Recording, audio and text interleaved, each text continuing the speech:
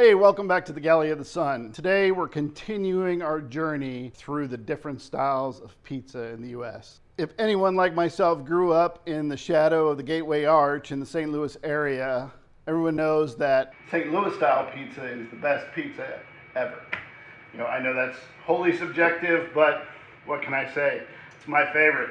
If you grew up in that area, you probably know franchise Emos, right? They were my favorite growing up. Hell, on my birthdays, Charlotte and the director, they would order frozen Emos from St. Louis and have it shipped to me so that I could enjoy it on my birthday anywhere in the US that we were. So let's dissect a St. Louis style pizza, right? It starts with a crust. Crust is a no-rise crust.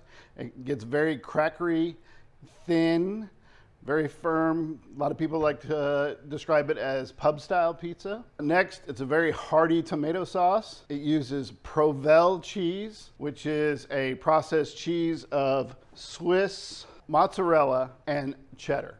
It's processed. It looks almost like a white mozzarella cheese. It makes a very gooey cheese topping on your pizza when it melts, and it just finishes off that St. Louis style pizza. But to get started, we need to make the dough. So today, I'm gonna start making 2 pie crusts. It's very simple, it's 5 ingredients. I have a cup and a half of all-purpose flour, a half a cup of warm water, a teaspoon of baking powder, a half a teaspoon of salt, and 2.5 tablespoons of olive oil. And we're gonna do this in the food processor with a dough blade attachment. So we'll start with the flour, baking powder. That's our leavening agent. We don't want it to rise too much at all. Put the lid on here, add a quick mix. Make sure all the dry ingredients are mixed together. Add our water, add a little at a time, allow that flour to mix up. And then we add the olive oil. Okay, let's give that a mix real quick. That looks good. Now we're gonna knead it. We're gonna knead it, not too much, maybe a minute, minute and a half. We just wanna build some bondage. We wanna build some bonds in with the flour. You notice I'm just doing a fold and press here, building some strength. Okay, remember I said this is gonna be 2 pizza pies. So we'll split this roughly in half here. Looks pretty close. Make a nice dough ball. We're gonna set these on a tray and let them sit 20 to 30 minutes. All right, now while the pizza dough is rising or resting and building up those gluten bonds, we're gonna make the tomato sauce. It starts with a 28-ounce can of San Marzanos. These happen to be organic. You don't have to use organic. San Marzanos just, I feel, may have the best flavor, so I do recommend those. 3.5 tablespoons of tomato paste, a half a tablespoon of salt, a tablespoon of sugar, a teaspoon of garlic powder, a half a teaspoon of onion powder, a teaspoon of dried oregano, and a teaspoon of dried basil. Set that in there, give it some pulsing. Let's check it. Oh, yep, that looks great. All those tomatoes are broken down completely. Love this Ninja blender. Fantastic flavor. We'll get this into a bowl and into the fridge so it can sit, let those flavors meld while we finish waiting on the pizza dough. And you might say, wow, Greg, that's a lot of pizza sauce for just 2 pizzas, right?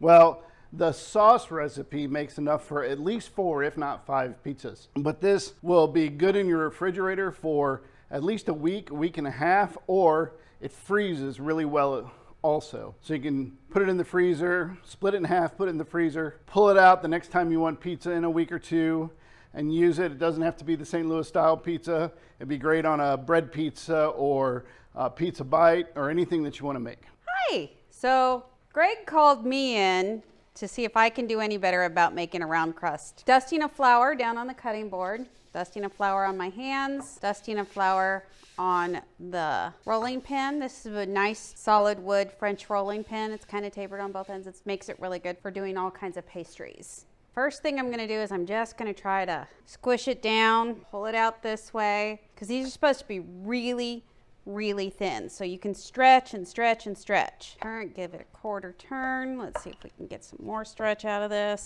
Okay, this might end up being more a little oblong than round, but we're trying.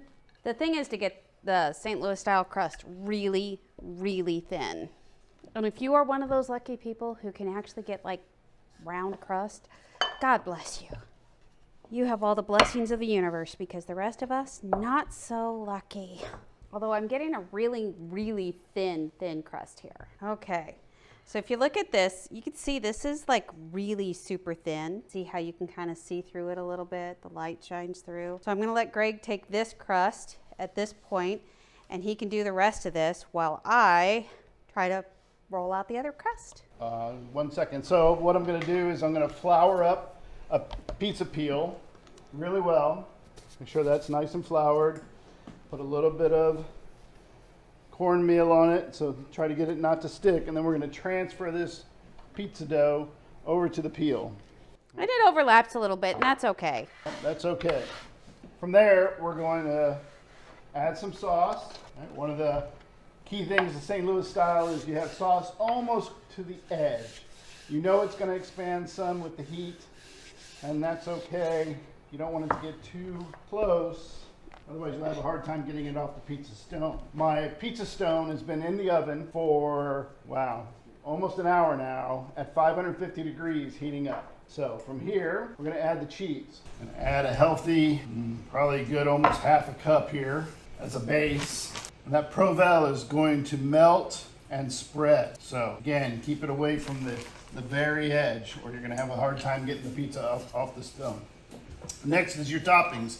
For me, the perfect toppings are Italian sausage. This is our homemade Italian sausage. Pepperoni. You want to work a little quick. And red onion. Put a light bit of that Provel on top, and then we'll transfer it to the oven. Okay, we're going to leave that in the oven for, I think it's going to take about 10 minutes. We'll keep a close eye on it while it cooks. Looking for a nice light browning around the edges and a nice bubbly cheese to get that nice gooey flavor. Everything will be melded. It'll be perfect. Would you look at that perfect pizza, right? Nice, crispy, crackery crust, ooey gooey cheese. It's only been out of the oven for a couple of seconds now, so I need to wait a little bit before I can taste it. But man, my mouth salivating already. Looks exactly like I remembered from back home growing up eating Emos. Right? You can see how well that Provel spread, right? The sauce. You notice, remember I said be careful getting it close to the edge because it will spread over. I got a little bit on my pizza stone in the oven, but that's okay. It'll clean off before I get to the next pie. So let's give this one a try. One of the other key things that makes a St. Louis style pizza St. Louis style is the way it's cut. Instead of in wedges, it's cut into squares. Again, like what a lot of people think of pub pizza. Can't wait.